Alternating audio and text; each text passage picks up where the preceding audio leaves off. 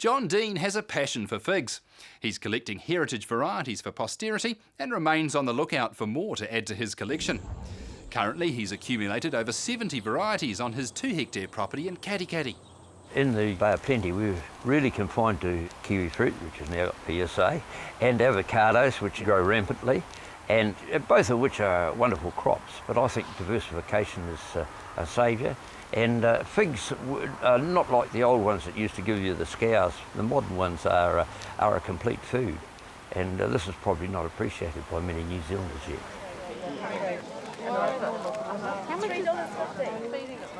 When I see a good fig tree and knock on the door and people are home and ask them if I can take a cutting, and I've never been refused. And I've also had friends that have always had their special fig that came down through their great-great-grandfather or grandfather that came from, say, one of the Dalmatian countries or in Italy, those sort of places. So that's where some of them come from. And I couldn't have done any of this without the support of Eric Cairns, who's imported some fig varieties, and some of them are in the collection now, of course. I started collecting before I retired, and I went round in Hawke's Bay, in northern Hawke's Bay, and found some that the Armed Constabulary had brought to Frasertown when they were fighting Te Kooti in the 1860s. So the trees have been around a while, and besides those ones that I'd liked as a little boy, after going to America, we found that they want black-skin figs, and New Zealand's the only country from the Southern Hemisphere that can export into America because we don't have the bug problems of other areas. This may not last. They may find systems that will protect the fruit. You've got to be very careful that the eye is closed in a fig for that export market, so some little wasp or somebody hasn't climbed up inside and ruined it. Doesn't that look edible? It's the sort of thing we're after.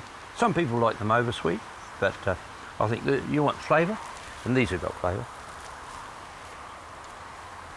You've got to grow them on a central stem only. Don't let them sucker away at the bottom. It takes away from the fruiting branches. And the other thing is, I don't want to climb a ladder to pick them, so you can keep your tree down to about 2.4 metres with my height to reach the top fruit. The most important thing is that roots, they've got roots like any other tree, but they've also got surface roots, which are like citrus, that need mulching if you're going to get a good crop. So what you mulch is, in cooler climates, is a good idea to have a mulch that increases the temperature. So bricks, stones, concrete, silver paper, anything that does the trick to warm it up at ground levels to help. In our warmer climates, I've used native sawdust. I haven't have access to that. It cost me a dozen a beer for a tonne at a time. But so no, I use, as you can see, native sawdust here on the ground. But I still think it's important to mulch and not disturb the roots too much. The surface roots are fruiting roots. The one big difference between citrus and figs is they don't need high quality soils. Figs don't need extra nutrition added to the soil. There's a lot of controversy whether rich soils or poor soils are any better for figs here.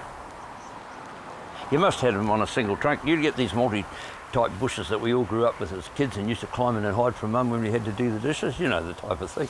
But seriously, if you really want to crop, any of those suckers are not going to have fruit, so you really want to be concentrating on strong wood, like this sort of thing, and only 4 nodes is a maximum at a time, because 3 or 4 nodes is all your fruit are going to go. Any further out than that's only going to grow foliage.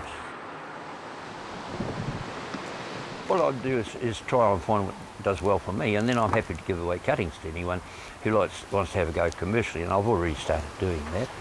My aim is not to make money out of figs particularly, but to demonstrate that figs can do well in this particular area. And what's going to do well in Bay of Plenty is not good for North Auckland or Hawke's Bay, for instance.